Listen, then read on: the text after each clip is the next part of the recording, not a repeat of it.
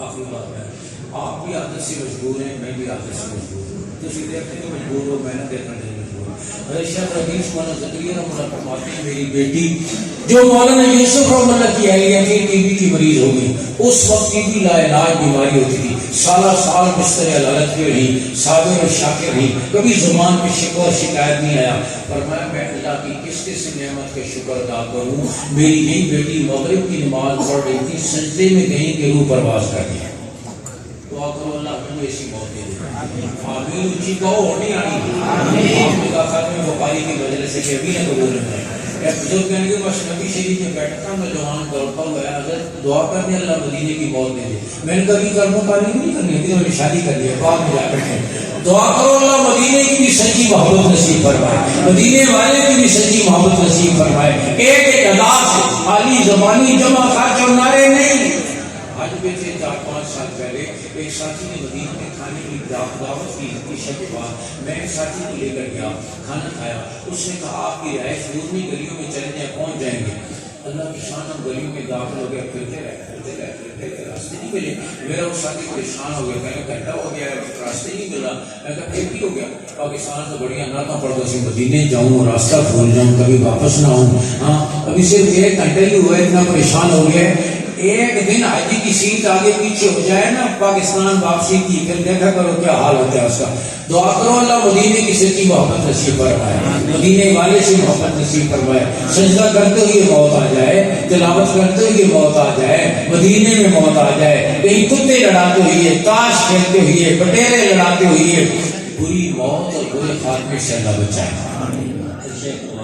سجدے کی نہیں روح پرواز۔ اس کے بعد اس عظیم باپ نے، اور شیخ الحدیث مولانا زکریا کوئی معمولی آدمی نہیں، اس دور کے غزالی اور رازی ہیں، شبلی اور جنید بغدادی ہیں، قطب الاقطاب ہیں، علم و عمل کے آفتاب و مہتاب ہیں۔ ہمارے اساتذہ فرماتے تھے شیخ الحدیث مولانا زکریا کسی صورت میں اپنے حجر اور مولا علی قاری سے کم نہیں ہے، صرف زمانے کا فرق ہے، وہ اس زمانے میں ہوئے اور یہ اس زمانے میں۔ اس عظیم باپ نے بیٹی کے انتقال پر ایک جملہ لکھا اور عجیب لکھا، فرمایا میں نے اپنی اس بیٹی کو اس دن بھی دیکھا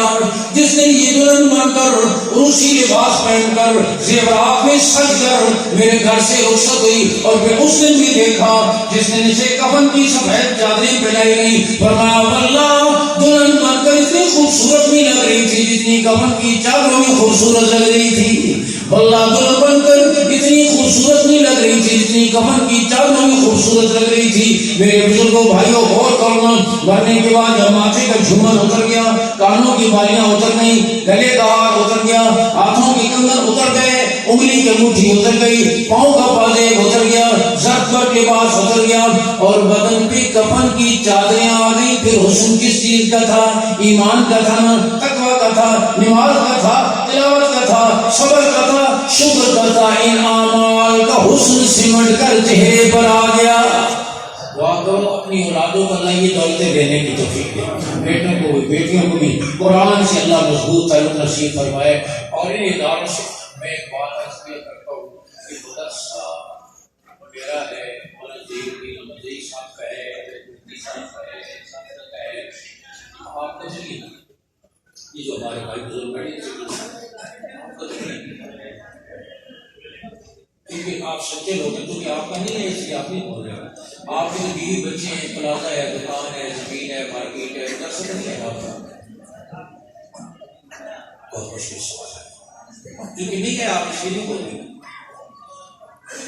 کافی سوچ کے بعد جو بزرگ ہمارے بھائی بیٹھے ہیں، ہمارے مسلمانوں سے پوچھا مدرسہ تو آپ کا نہیں ہے، ہمارا ہے۔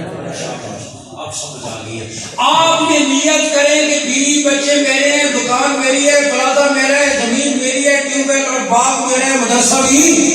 بولو، مدرسہ بھی میں مدرسے کے لیے اسی طرح سوچوں گا جس طرح اپنی ان چیزوں کے لیے سوچتا ہوں، اس لیے کہ میں مسلمان ہوں اور دین کی بہاریں مدارس کی وجہ سے آج کے بعد تو آپ پہلے سے سمجھتے ہیں، تبھی تو آپ آئے ہیں۔ ثواب نہ سمجھتے تو آپ کیوں آتے ہیں؟ ثواب تو آپ پہلے سے سمجھتے، اس میں کوئی شک نہیں۔ میں اگلی بات کر رہا ہوں، نیت کریں آج کے بعد اپنا سمجھیں گے۔ کون کون نیت کرتا ہے آج کے بعد مدرسے کو اپنا سمجھے گا؟ آپ سے کروں گے ووٹ نہیں جانے پڑے گا، آج کے بعد اپنا سمجھیں گے۔ اب اگلی بات مجھے سمجھ میں نہیں آتی، جب اپنا پرادہ شروع کرتا ہے کہ شادی کروڑوں میں کی پڑھنا مہربانی کر کرو، میں بھائی بہت ہو گئی، مسجد مدرسے کا معاملہ آتا ہے قطر دریا وجہ سے لیکن جب قطرے قطرے پر کیا ہوتا ہے وہاں تو کروڑوں پر کوئی بریک نہیں لگاتا، اور یہاں قطرے قطرے سے آگے تو گزرتا نہیں ہے۔ 5,000 روپے والے نوٹ اور 20 والے نوٹ میں ایک دفعہ مناظرہ ہو گیا، تو 20 والے نوٹ 5,000 والے سے پوچھا کہ کدھر ہوتا ہے، ملاقات نہیں ہوتی، اس میں کبھی دبئی کبھی شارجہ کبھی رہٹ کبھی منسٹر تعلیم کبھی چیمبر آف کامرس میں یہی جگہ، لیکن 5,000 والا پوچھنے والا 20 والے سے ملاقات تو تم سے بھی نہیں ہوتی، تم کدھر ہوتی، اس نے کہا مسجد کے چندے کے ڈبے میں، جب بھی کھولو گے مجھے وہی پاؤ گے، اس لیے کہ اپنا نہیں سمجھتا، تو نیت کرو آج کے بعد مدرسے کو اپنا سمجھیں انشاءاللہ۔ گھر میں اگر تیرے 4 نسلی بیٹے ہیں، سمجھو ایک میرا روحانی بیٹا وہ ہے جو منصیرہ سے، بڑگرام سے، وہاں سے، کشمیر سے علم نبوت کی حاصل کرنے کے لیے یہاں آیا ہوا ہے، جس کی وجہ سے مجھ پر رحمتیں نازل ہوتی ہیں، جس کی وجہ سے عذاب ڈلتے ہیں، میں اس بچے روحانی بچے کو اپنا بچہ سمجھ کر اس کی ضروریات کے لیے بھی اسی طرح فکر کروں گا جیسے اپنے نسلی بچوں کے لیے کرتا ہوں۔ اس طرح کون نیت کرتا ہے کہ آج کے بعد ہم سوچیں گے آپ اور مجھے کو ماشاء اللہ بہت قبول فرمائے، باخدا